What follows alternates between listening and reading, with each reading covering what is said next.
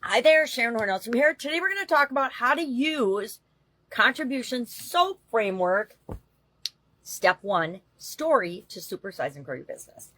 This is one of my favorite frameworks nowadays. I've got it actually operating in my subconscious at this point. I've been using it for going on 6 years. Started using it in the pandemic year, 2020, as a way to keep me moving forward, dealing with challenges, setbacks, obstacles, situations, goals and objectives, things that I wanted to accomplish and keep doing, but were prevented from doing because of outside forces, aka the COVID pandemic, right? Which impacted billions of us on the planet in ways that we will not understand until probably 10 years in the future from now. And that's, 5 years later, because of all the craziness and things that were done in ways that had never been done before. So there was billions of people on the planet reacting to things that we never even considered as a possibility. At least that was my position. So I came up with, and I always had a problem solving process that I used, mostly some on the surface when it was something that got my attention, but mostly on a subconscious level. And I realized I needed to find a way to deal with things as they came up proactively instead of reactively, because there was so much chaos in all of our lives that I found myself reacting, and that didn't feel right to me.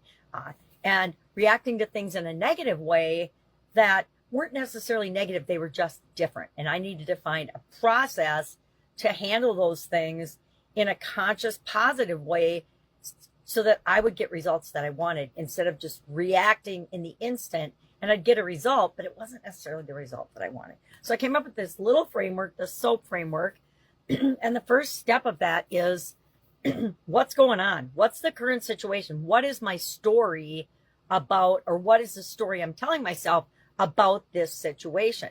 In this case, we're going to think about the overarching area of contribution for our business. What's going on? Are we as a business doing anything? Are we giving back to the communities that we live in?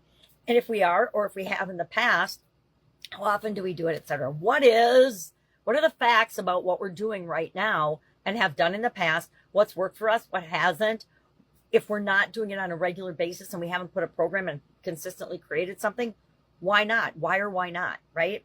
And do we see the value in it, etc.? So what is the current situation? We're going to write a paragraph about that today.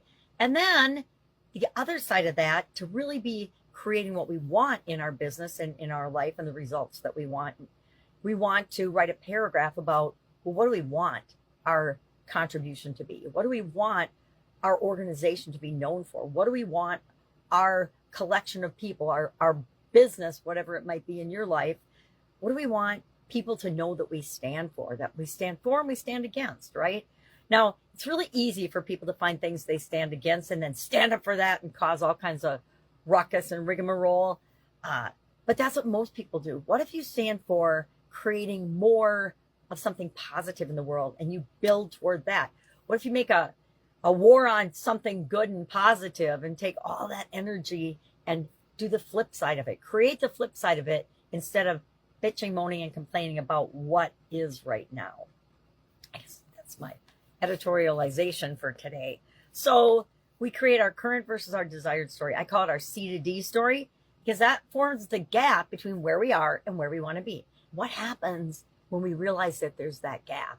Well, the energy and everything in the universe and people in our organization, we all start to feel this pressure that pulls us toward what we want instead of keeping us stuck in where we are right now. So I challenge you to be brutally honest with yourself and your organization today, whether you're doing this by yourself or you've got a group of people.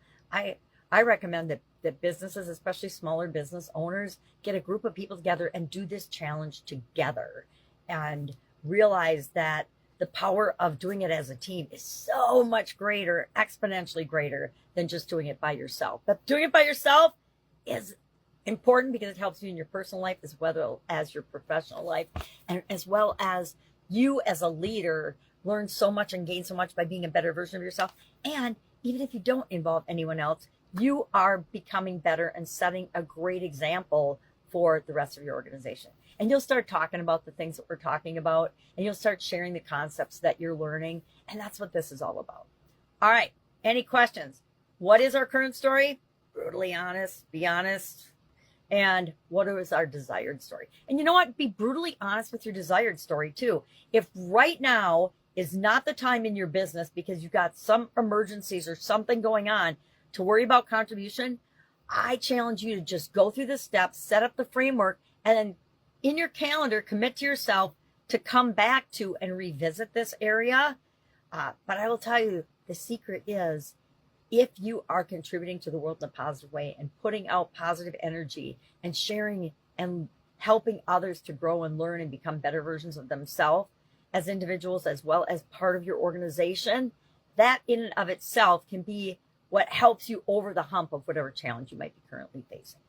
All right, because what we put out into the world is what we get back. So if we're just focusing on the problem and freaking out all the time and reacting, we're not going to get the results we want than if we took 15 minutes a day to focus strategically on what I'm talking about and then actually doing it. It doesn't even take 15 minutes. You can do it as you're going about your day.